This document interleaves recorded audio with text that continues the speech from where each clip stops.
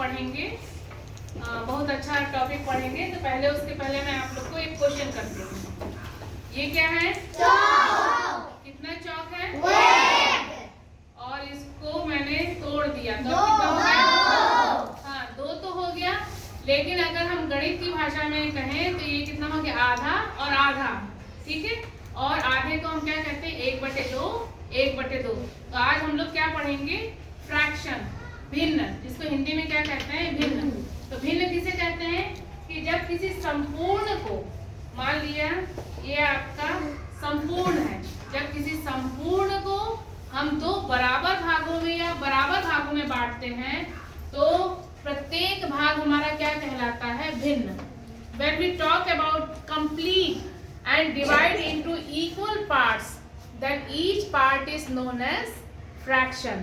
ठीक है, जब किसी पूरी वस्तु को हम बराबर भागों में बांटते हैं तो प्रत्येक भाग हमारा क्या कहलाता है? भिन्न कहलाता है, फ्रैक्शन कहलाता है। आइए हम लोग ब्लैक बोर्ड पर समझ लें।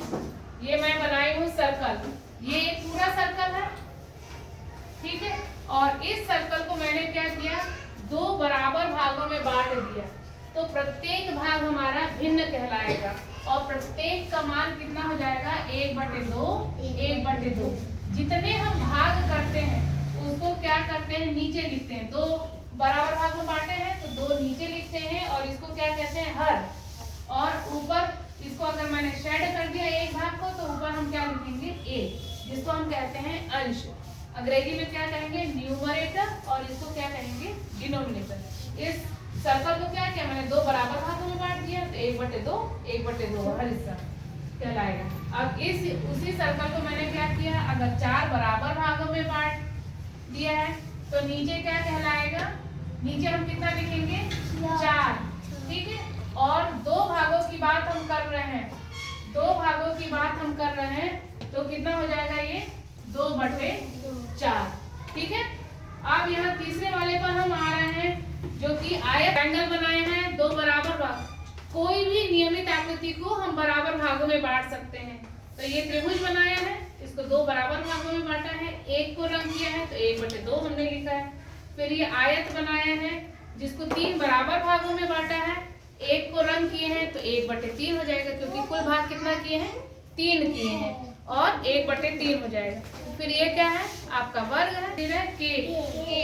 ठीक है, इस केक को 4 बराबर भागों में बांटा गया है और इसलिए हर भाग पर क्या लिखा हुआ है? 1/4, 1/4, क्योंकि कुल भाग की संख्या हम नीचे लिखते हैं जिसको हम हर कहते हैं, और ऊपर जिस हिस्से की बात करते हैं तो हर हिस्सा कितना हो गया? 1/4 के बराबर।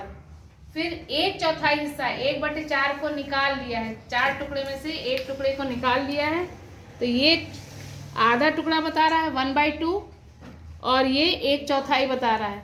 तो कुल कितना हो जाएगा? 3/4। 1/4 निकाल लिया गया है तो ये आपका केक का टुकड़ा कितना बचा है? 3/4 के बराबर। फिर यहाँ आपका वृत्त बना हुआ है, ये 6 भाग बाई 6, और इस तरीके से इसमें बताया है भिन्न। यहाँ भी उसी तरीके से ये है। अब हम जिसको बुलाएंगे वो आएगा और बताएगा। इसको मैं फोल्ड कर लेती हूँ और ये कर लेती हूँ, और ये आप लोग को अब दिख जाएगा, बड़ा बड़ा दिख रहा है आप लोग को। इस है वो ऐसे ऐसे खड़े हुई। हाँ, अब बताइए। वर्ग में 4 भाग बांटे गए हैं। हाँ, गोला करिए, कौन सा सही है उस पे गोला लग करिए। 1/4। शाबाश, रुकिए थोड़ा और। 8। हाँ, तो 5/8 पर गोला करिए। पीला हो गया है, पीला पर गोला करिए। बताइए भी कि 1/3। 1/3। शाबाश, वेरी गुड।